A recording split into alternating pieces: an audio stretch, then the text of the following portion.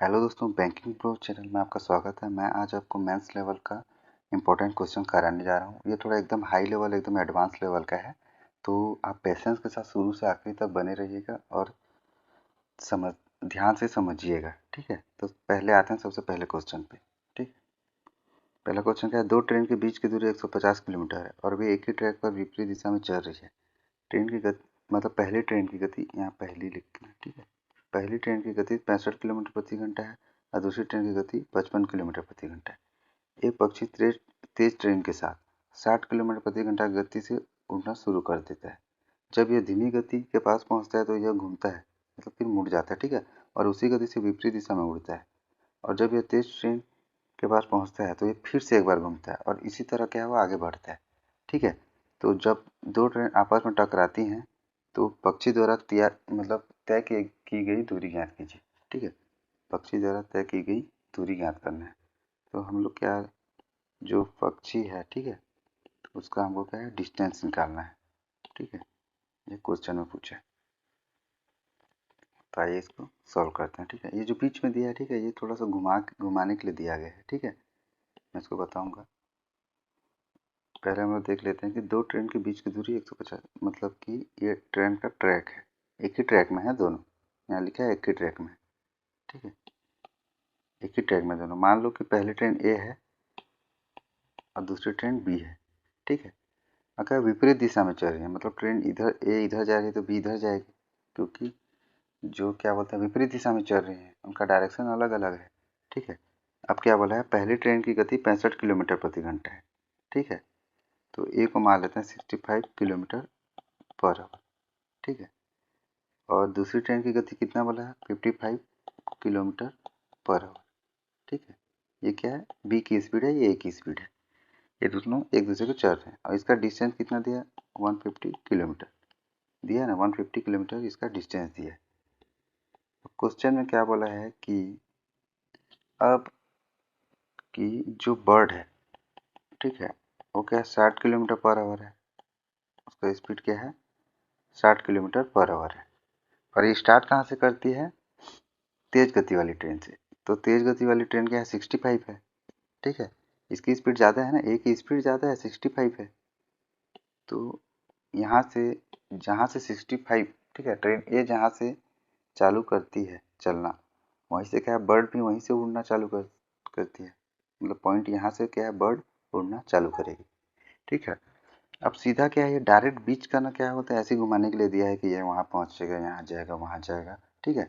इसको एक बार ऐसे पूरा पढ़ना, फिर आपको जैसे ही आप यहाँ पे आ जाओगे कि जब ट्रेन टकराती है, ठीक है, तब बर्ड कितना दूरी डिस्टेंस कवर करता है, ठीक है, जब दोनों ट्रेन टकराएगी। तो हम लोग उसका टाइम निकाल लेते हैं कि दोनों ट्रेन कब टकराएगी, ठीक है। उसका हम लोग क्या लेते हैं, पहले टाइम निकाल लेते हैं। तो इसका टाइम निकालने का फॉर्मूला क्या होता है कि डिस्टेंस अपॉन स्पीड, ठीक है। ये बर्ड वाले को हम लोग क्या है, थोड़ा मिटा देता हूँ, ठीक है। टाइम का फॉर्मूला डिस्टेंस अपॉन स्पीड होता है, ठीक है। यहाँ डिस्टेंस किया था 150 किलोमीटर दिया है और स्पीड, तो रिलेटिव स्पीड कैसे निकालते हैं, ये रिलेटिव स्पीड है, ठीक है। जब क्या दोनों का डायरेक्शन सेम रहे, ठीक है, जब दोनों का डायरेक्शन सेम रहेगा तो क्या होगा, एक्स माइनस वाई होगा रिलेटिव स्पीड, ठीक है। और वही जब दोनों का डायरेक्शन अपोजिट होगा, जैसे यहाँ पे है, तो एक्स प्लस वाई हो जाएगा, जो रिलेटिव स्पीड है एक्स प्लस वाई हो जाएगा। ये आपको आता ही होगा, पर फिर भी मैं थोड़ा सा बता दे रहा हूँ, क्योंकि मेंस क्लास है तो एकदम क्या है, एकदम डिटेल से हर चीज़, इस बेसिक वाली चीज़ को नहीं बताऊँगा, ठीक है। कोई क्वेश्चन बहुत क्या है, थोड़ा डिफिकल्ट लेवल का है। तो यहाँ पे स्पीड क्या है, एक्स प्लस वाई आ जाएगा, ठीक है। तो एक्स हम लोग इसको मान लेते हैं, वाई इसको मान लेते हैं, तो 65 प्लस 55, तो 150 अपॉन कितना आ जाएगा, 5 10 का जीरो, एक 6 5 120 आ जाएगा, जीरो जीरो कट जाएगा, तो इसका वैल्यू आ जाएगा 3 5 15 3 4 12। ये क्या है, टाइम, ये क्या है, टाइम है, ठीक है। अब टाइम आ गया, तो अब टाइम को लिख लेते हैं, मेजर कर लेते हैं, टाइम इक्वल टू कितना था, टाइम कितना था यहाँ पे 5/4 था, ठीक है, इतना टाइम था। अब क्या करेंगे, अब हम बर्ड का स्पीड दिया है 60, बर्ड का स्पीड कितना दिया है 60 kilometre per hour, 60 kilometre per hour दिया है बर्ड का स्पीड, ठीक है। और क्या है, जब ये दोनों टकराएंगी, ठीक है, तब बर्ड द्वारा कितना दूरी तय किया गया, ये क्वेश्चन में पूछा है। तो इससे डायरेक्ट निकाल लेंगे हम लोग, इधर का यूज़ करने की ज़रूरत ही नहीं है, बीच का कितना उड़ा, क्या उड़ा, कहाँ घुमा, उसका ज़रूरत ही नहीं है। जब टाइम दिया हम लोग को 5/4 दिया है, डिस्टेंस का फॉर्मूला क्या होता है, स्पीड इंटू टाइम होता है, वही लगाएंगे। टाइम 5/4 दिया है और बर्ड कितना है 60, यही टाइम इसलिए लिए क्योंकि वो जब टकराए तब तक वो कितना दूरी तय किया गया बर्ड द्वारा, ये पूछा गया। तो कब टकराए, 5/4 टाइम में टकराए, तो ये कट जाएगा, 15 25 75 हो जाएगा, 75 किलोमीटर हो जाएगा। तो डिस्टेंस कितना हो जाएगा 75 किलोमीटर। ये डिस्टेंस किसका है, बर्ड द्वारा तय की गई दूरी है, ठीक है। ये समझ में आ गया, नहीं समझ में आएगा तो 2-3 बार वीडियो को और अच्छे से देख लेना, ठीक है। बाकी आपको ट्रेन का कॉन्सेप्ट क्लियर होगा तभी जाके आपको थोड़ा सा समझ में आएगा, ठीक है। तो अगर समझ में नहीं आएगा तो बेसिक थोड़ा सा स्ट्रॉन्ग कर लेना, ठीक है। अब नेक्स्ट क्वेश्चन पे आते हैं। नेक्स्ट क्वेश्चन में क्या पूछा है कि सीमा ने पूरे साल के लिए सोने में 5,000 रुपये का निवेश किया। सीमा के 5 महीने बाद उसका भाई उसके साथ जुड़ गया और अगले वर्ष 6,000 रुपये का निवेश किया। सीमा ने 1,000 रुपये और निवेश किया और उसके भाई ने 500 रुपये निकाल लिए और 2 साल के अंत में सीमा द्वारा अर्जित लाभ इतने रुपये है, ठीक है। यदि वे कुल लाभ का आधा हिस्सा समान रूप से वितरित करते हैं और शेष पूंजी का अपने अनुपात के रूप में वितरित करते हैं, तो अर्जित कुल प्रॉफिट क्या होगा, ठीक है, लाभ क्या होगा, ये पूछा है, ठीक है। तो हम लोग क्या इंग्लिश में पहले पढ़ लेते हैं, ठीक है। हिंदी में थोड़ा सा यहाँ पे मिस्टेक है, इसलिए इंग्लिश में देख लेते हैं, ठीक है। सीमा इन्वेस्ट 5,000 इन गोल्ड एंड वोलियर। वोलियर मतलब एक ईयर में कितना था 12 मंथ, तो क्या सीमा 12 मंथ के लिए गोल्ड निवेश करती है। यहाँ सीमा है, यहाँ सीमा का ब्रदर लिख देते हैं, सीमा का ब्रदर, ठीक है। सीमा क्या करती है 5,000 पहले क्या होता है 12 महीने के लिए निवेश करती है, यहाँ लिखा है। ईयर मतलब कि वोलियर मतलब 12 मंथ, ठीक है। After 5 months of Seema her brother join her and invest 6,000, मतलब 6,000 जो निवेश करती है वो क्या करती है आफ्टर 5 मंथ। तो क्या होता है एक साल में कितने मंथ होते हैं 12, तो आफ्टर 5 मतलब 5 उसे माइनस कर देंगे तो कितना आ जाएगा, इसका वैल्यू 7 आ जाएगा, क्योंकि 5 महीने के बाद बोल रहा है ना, तो इसलिए हम लोग उसे 12 से माइनस कर देंगे, ठीक है। एक मतलब मोटा मोटा तरीके से ये समझ लो कि जितना मंथ के बाद बोला होगा उसको 12 से माइनस कर देना, अगर 1 ईयर के लिए बोला है तो, ठीक है।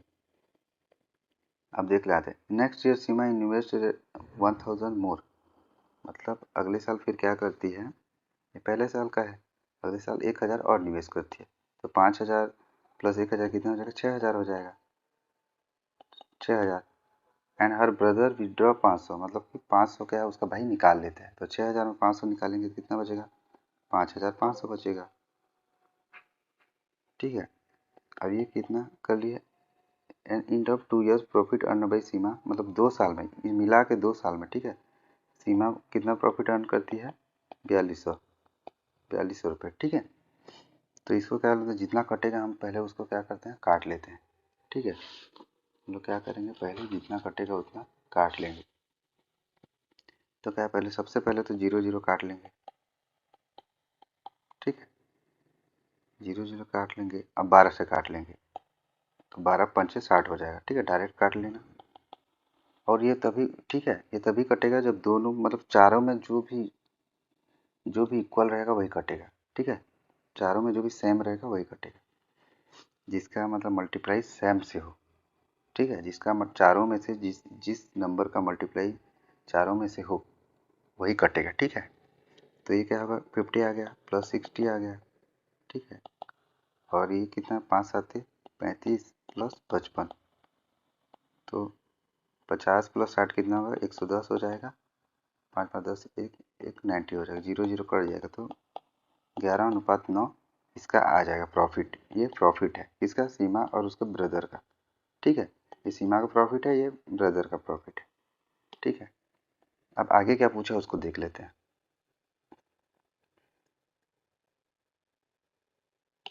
यहाँ पे क्या लिखा है 11:9, ये क्या था, सीमा का प्रॉफिट था और ये क्या उसके भाई का प्रॉफिट था, ठीक है।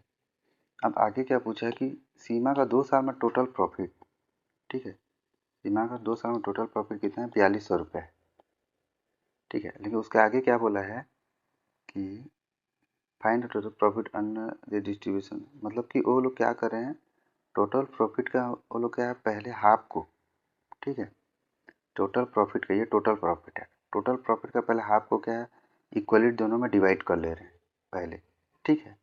और जो बचा हुआ है उसको क्या है, दोनों 11:9 रेशियो में बांट दे रहे हैं एक दूसरे को, ठीक है। यहाँ बोला है ना कि रेस्ट द कैपिटल रेशियो, मतलब जो बचा हुआ है उसको अपने रेशियो में डिवाइड करेंगे, ठीक है।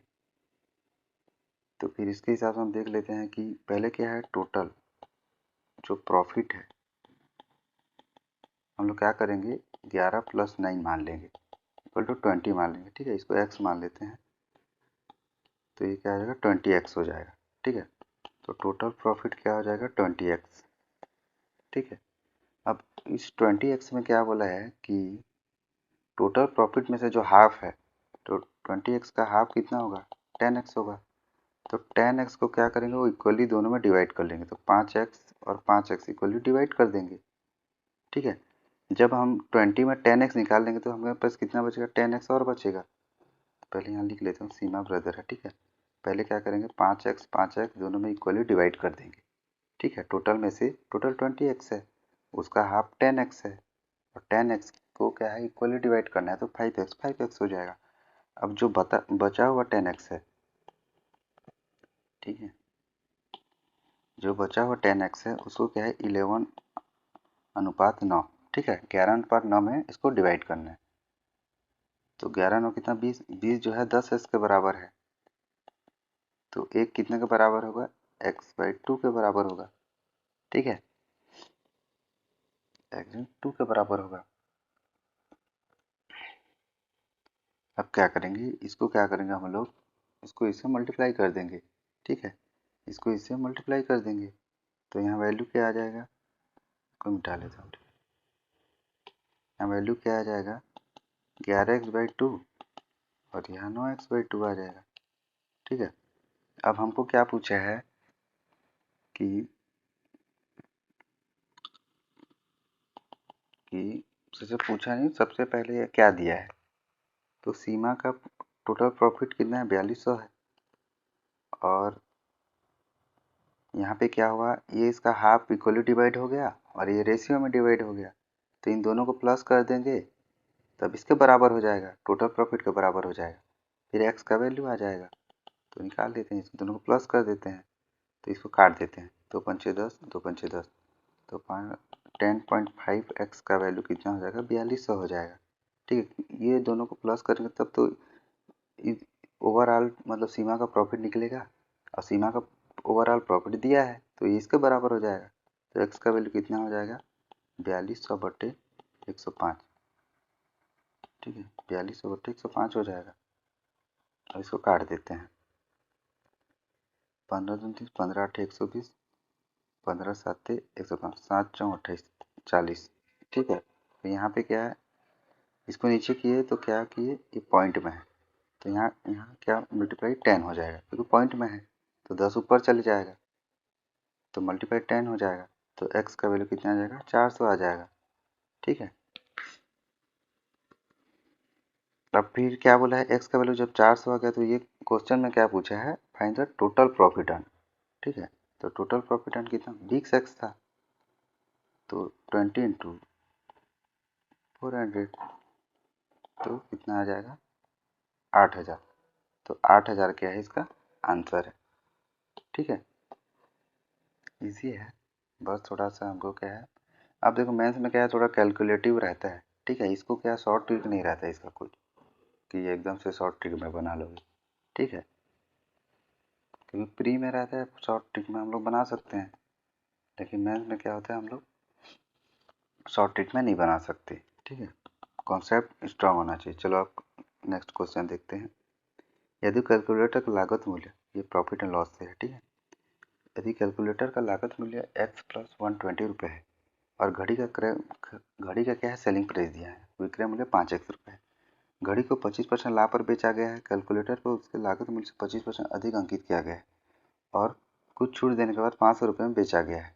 यदि घड़ी का लागत मूल्य कैलकुलेटर पर दी गई छूट से 48 गुना है, अधिक है, ठीक है, तो कैलकुलेटर का अंकित मूल्य ज्ञात कीजिए। मतलब कैलकुलेटर का क्या है, MRP हमको निकालना है, ठीक है। तो सबसे पहले क्या है, जो जो दिया है उसका वैल्यू को हम लोग पहले लिख लेंगे, ठीक है। सबसे पहले हमको क्या दिया है, कैलकुलेटर का कॉस्ट प्राइस, ठीक है, कितना दिया है, x प्लस 120, ये है ना, x प्लस 120 दिया है कॉस्ट प्राइस। फिर उसके क्या क्या बोला है, घड़ी, तो घड़ी को वॉच ले लेता हूँ। वॉच का क्या दिया है, सेलिंग प्राइस दिया है 5x, ठीक है। और घड़ी को 25% लाभ पर बेचा जा रहा है, तो 25% है, तो 25% को 1/4 लिख सकते हैं फ्रैक्शन में, क्योंकि 4 का जो 25% निकालोगे तो वैल्यू 1 आएगा, ठीक है, इसलिए उसको फ्रैक्शन में ऐसे ही लिख सकते हैं। मैं पिछले वाला क्लास में, अगर नहीं देखो तो परसेंटेज का मैं क्लास लिया हूँ, उसमें बताया हूँ, ठीक है। तो ये इससे ज़्यादा है तो ये कितना हो जाएगा, 5/4 हो जाएगा। ये क्या है, इसका घड़ी, ये इसका कॉस्ट प्राइस है, ये इसका सेलिंग प्राइस है, जबकि सेलिंग प्राइस 5x दिया है, तो 5x के बराबर हो जाएगा, तो एक क्या है, x के बराबर हो जाएगा। तो यहाँ पे वॉच का कॉस्ट प्राइस कितना आ जाएगा, 4x आ जाएगा, ठीक है, क्योंकि x का मल्टीप्लाई 4 से कर देंगे, क्योंकि 5 क्या है, 5x के बराबर है, ठीक है। तो समझ में आ गया। अब आगे देखते हैं। अब क्या है, आगे क्या बोला है, कैलकुलेटर पर उसके लागत मूल्य से 25% अधिक अंकित किया गया है, ठीक है। अब कैलकुलेटर का कॉस्ट प्राइस कितना है, x प्लस 120 है, इसमें क्या है 25% अधिक, तो सेम वैसे ही निकालना है। 25% दिया है तो 1/4 हो जाएगा, इससे प्लस हो जाएगा 5/4 हो जाएगा, 5/4 कर देंगे, ठीक है। तो कैलकुलेटर का इसमें क्या कॉस्ट प्राइस नहीं है, ये MRP है, क्योंकि MRP निकाल रहे हैं, तो कैलकुलेटर का MRP इतना आ गया, ठीक है। क्योंकि इसका जो +1 करते हैं, जैसे 25% है, ठीक है, 1/4 करके 5/4 कर डाले, तो इसको क्या मल्टीप्लाई करने से उसका वैल्यू आ जाता है। जैसे MRP ज़्यादा है बोला तो MRP का वैल्यू निकाले हैं, अब MRP का वैल्यू इतना आ गया, ठीक है। अब क्या बोला है, और कुछ छूट देने के बाद 500 रुपये बेचा गया। यदि घड़ी का लागत मूल्य कैलकुलेटर पर दी गई छूट से 48 गुना अधिक है, तो कैलकुलेटर का अंकित मूल्य ज्ञात कीजिए, ठीक है। मतलब 48 गुना है, ठीक है, अधिक है बोला, 48 के 48 गुना है, ठीक है। तो यहाँ पे क्या लिख सकते हैं हम लोग, क्या कर लेते हैं, वॉच, वॉच का क्या है, कॉस्ट प्राइस जो है और डिस्काउंट के 48 गुना है, ठीक है, वही बोला है ना। घड़ी का लागत मूल्य मतलब वॉच का कॉस्ट प्राइस कैलकुलेटर पर दी गई छूट मतलब डिस्काउंट के और के 48 गुना है, ठीक है। तो वॉच का कॉस्ट प्राइस दिया है, ये है, अभी निकाले थे, तो 4x हो जाएगा, तो डिस्काउंट इंटू 48 हो जाएगा, तो डी का वैल्यू क्या हो जाएगा, 4x डिवाइड बाई 48, 4 से कट जाएगा, इसका वैल्यू x/12 आ जाएगा, ठीक है। जो डिस्काउंट का वैल्यू है वो x/12 आ जाएगा, ठीक है। अब आगे क्या करेंगे, MRP निकालना है, ठीक है।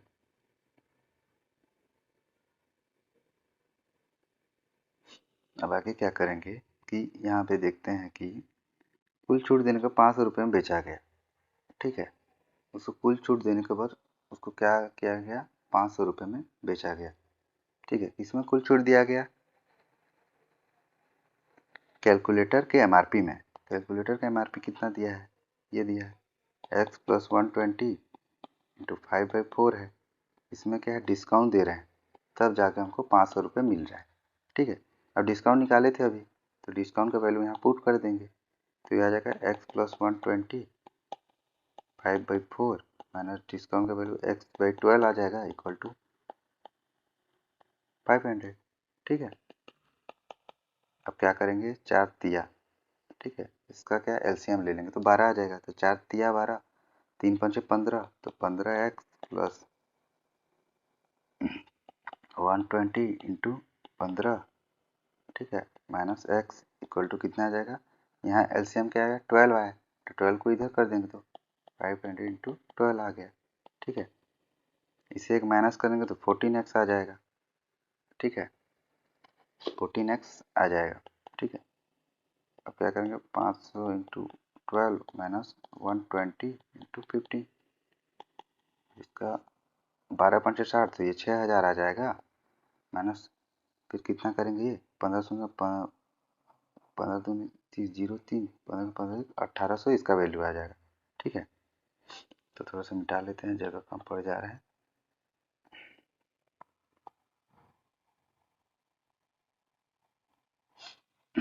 ठीक है, अब क्या आएगा, 14x इक्वल टू 6000 माइनस 1800, इसको माइनस करेंगे तो कितना आएगा, तो इधर चला गया एक, इसमें गए थे 4 आ गया, ठीक है। 14x इक्वल टू 4200, ठीक है। अब x का वैल्यू कितना आ जाएगा, 4200 डिवाइड बाई 14, 14 या 42, 300, तो x का वैल्यू कितना आ गया, 300। और हमको पूछा क्या है, हमको क्वेश्चन क्या पूछा है, अंकित मूल्य, एमआरपी पूछा है। एमआरपी कितना निकाले थे, कैलकुलेटर का एमआरपी, ठीक है, ये निकाले थे। और x का वैल्यू हम लोग 300 निकाले हैं, तो यहाँ x की जगह हम लोग 300 पुट कर देंगे, ठीक है, x की जगह 300 का वैल्यू पुट कर देंगे, तो 300 प्लस 120 इंटू 5/4 ये आ जाएगा। इसको सॉल्व कर देंगे, आंसर आ जाएगा 420 इंटू 4, 4 एकम 4, 4 पंचे 20, तो 525 इसका आंसर है, ठीक है, 525 का करेक्ट आंसर है। ये क्या है, एमआरपी किसका, कैलकुलेटर का, ठीक है। ठीक है, थोड़ा कैलकुलेटिव है क्योंकि मेंस का क्वेश्चन है, तो थोड़ा कैलकुलेटिव रहेगा। और ऐसे टाइप का ही एसबीआई अभी क्लर्क का मेंस होने वाला है, तो उसमें ऐसे टाइप के ही क्वेश्चन देखने को मिलेगी, ठीक है। ये बस क्या बोलते हैं, बेसिक स्ट्रांग होना चाहिए, फिर आप कॉन्सेप्ट अगर अच्छा रहेगा तो ऐसी कैलकुलेटिव भी रहेगा तो आप सॉल्व कर सकते हो, ठीक है। क्या कहते हैं, नेक्स्ट क्वेश्चन पे आते हैं, ठीक।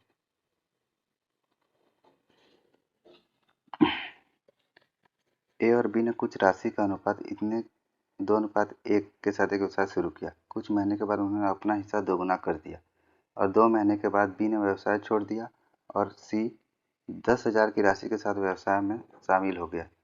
जुड़ने के 4 महीने बाद सी ने अपना पैसा दोगुना कर दिया, ठीक है, कर दिया, और बी ने 2,000 रुपये के अपने प्रारंभिक मूलधन के साथ व्यवसाय में वापस आता है। वर्ष के अंत में यह देखा जाता है कि ए और सी का हिस्सा समान है। कितने महीनों बाद ए और बी अपनी राशि दोगुनी कर देंगे, ठीक है।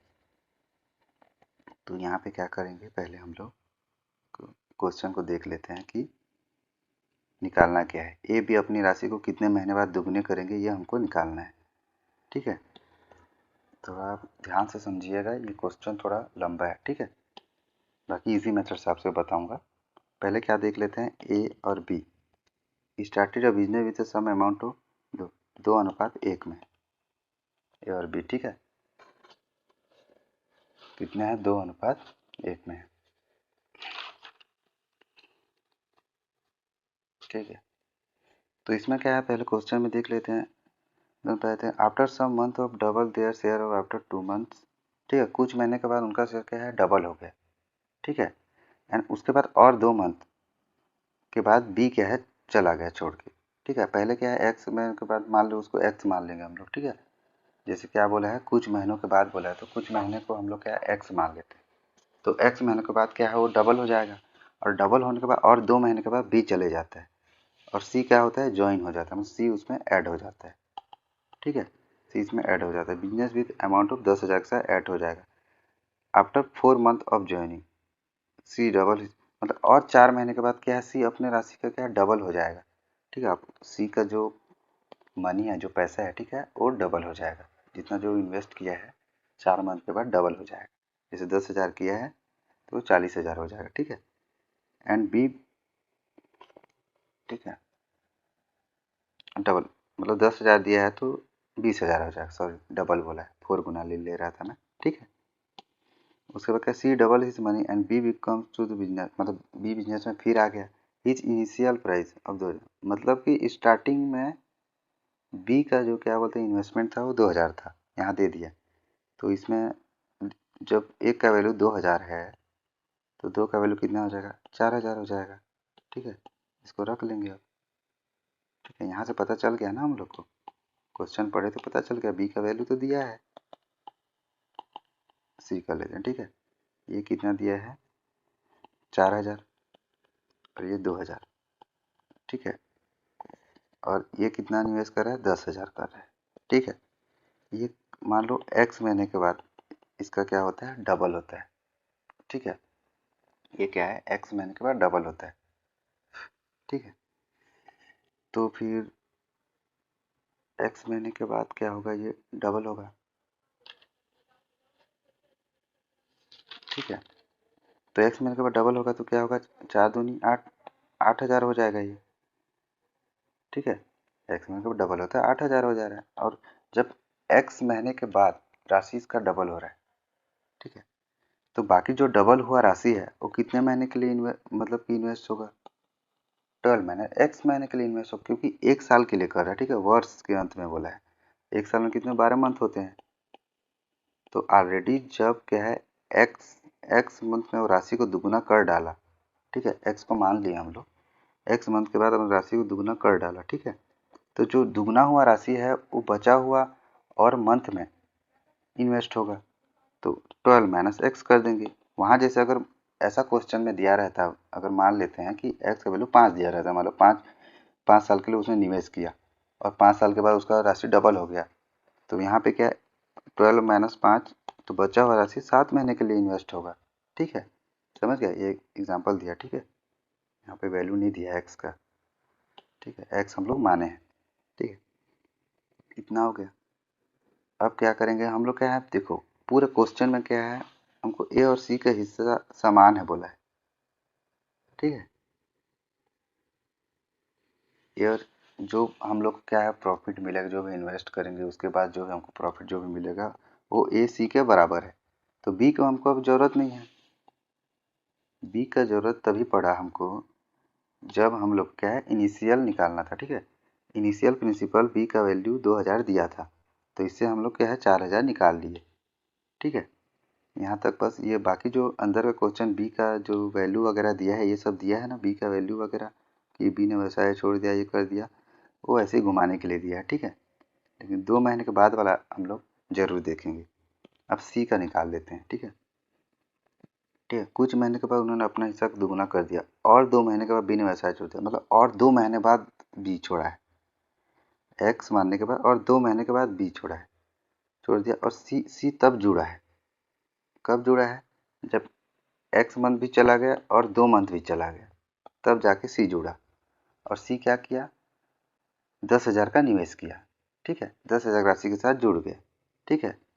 फिर जुड़ने के बाद क्या हुआ, 4 महीने बाद सी अपना पैसा दुगना कर दिया, मतलब जुड़ने के बाद क्या किया, सी क्या किया जुड़ने के बाद, ठीक है, सी जुड़ने के बाद, ठीक है, 4 महीना तक 10,000 का इन्वेस्ट किया, ठीक है।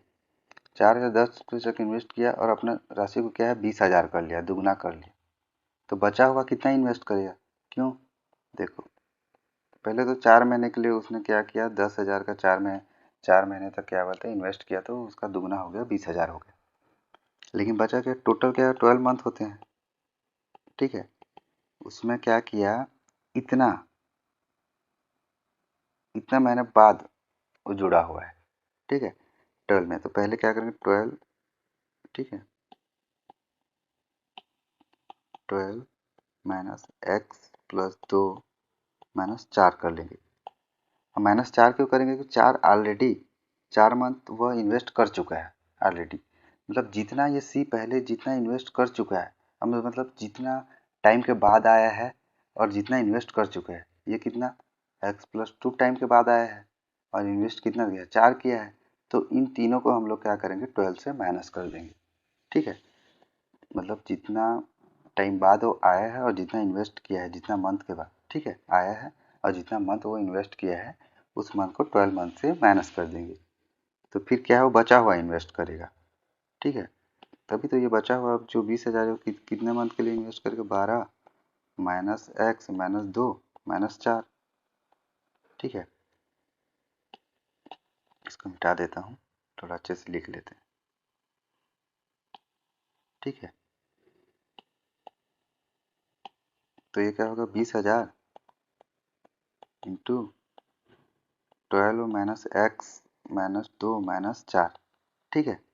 तो छोटा है 20,000 इंटू 12 माइनस एक्स माइनस 6, तो इसका वैल्यू कितना आ जाएगा, 6 माइनस एक्स आ जाएगा इसका वैल्यू, ठीक है। इतना ही मतलब इन्वेस्ट करेगा वो, ठीक है। इसको मिटा देता हूँ, इसको डायरेक्ट लिख देता हूँ, ठीक है। 20,000 6 माइनस एक्स। अब आगे का सॉल्व करते हैं। देखो ए और सी को इक्वल करने बोला है, तो हम लोग बी को क्या है, कट वट कुछ नहीं करेंगे, सीधा हम लोग क्या करेंगे, ए और सी में जो जो कटता है हम लोग काट देंगे, ठीक है। 0 0 काट देते हैं पहले, 3 0 कट जाएगा सब में,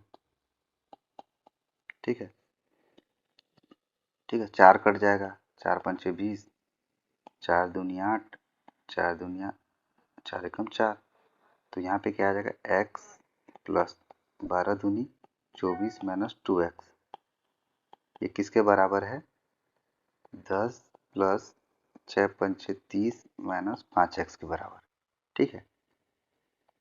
अब इसमें क्या करेंगे, x का वैल्यू निकाल लेंगे, x plus 24 minus 2x equal to 40 minus 5x। ये x इधर आ जाएगा, इधर आ जाएगा तो क्या हो जाएगा, ये -5 इधर आके प्लस हो जाएगा, ठीक है। तो x plus 5x minus 2x 40 minus 24, ठीक है। तो यहाँ पे क्या आ जाएगा, x का वैल्यू क्या आ जाएगा, 5 1 6x, 6 में 2 गया 4x, 4x का वैल्यू क्या आ जाएगा, 36 आ जाएगा, 30 30 36 4 16 इक्वल टू 16 आ जाएगा, तो x का वैल्यू 4 आ जाएगा, ठीक है। 40 माइनस 24 करेंगे तो 16 आ जाएगा, x का वैल्यू 4 आ जाएगा, ठीक है। जब x का वैल्यू 4 आ गया तो हमको निकालना क्या था, पहले में देख लेते हैं। निकालना था कि ए बी ने कुछ राशि के उन पर इतने के साथ एक व्यवसाय शुरू किया, कुछ महीनों के बाद उन्होंने अपना हिस्सा दुगना कर लिया, कुछ महीनों के बाद अपना हिस्सा दुगना किया, यही यही यही पूछा है ना, ए और बी अपनी राशि को कितने में दुगना किया। तो x का वैल्यू जो 4 आ गया है तो x का वैल्यू डायरेक्टली पुट कर देंगे, 4 मंथ हो जाएगा, तो 4 मंथ क्या होगा, इसका आंसर होगा, ठीक है। थोड़ा कैलकुलेटिव है, थोड़ा लेंदी है, वीडियो को 3 4 बार देखना, अच्छे से देखना, समझ में आ जाएगा, ठीक है।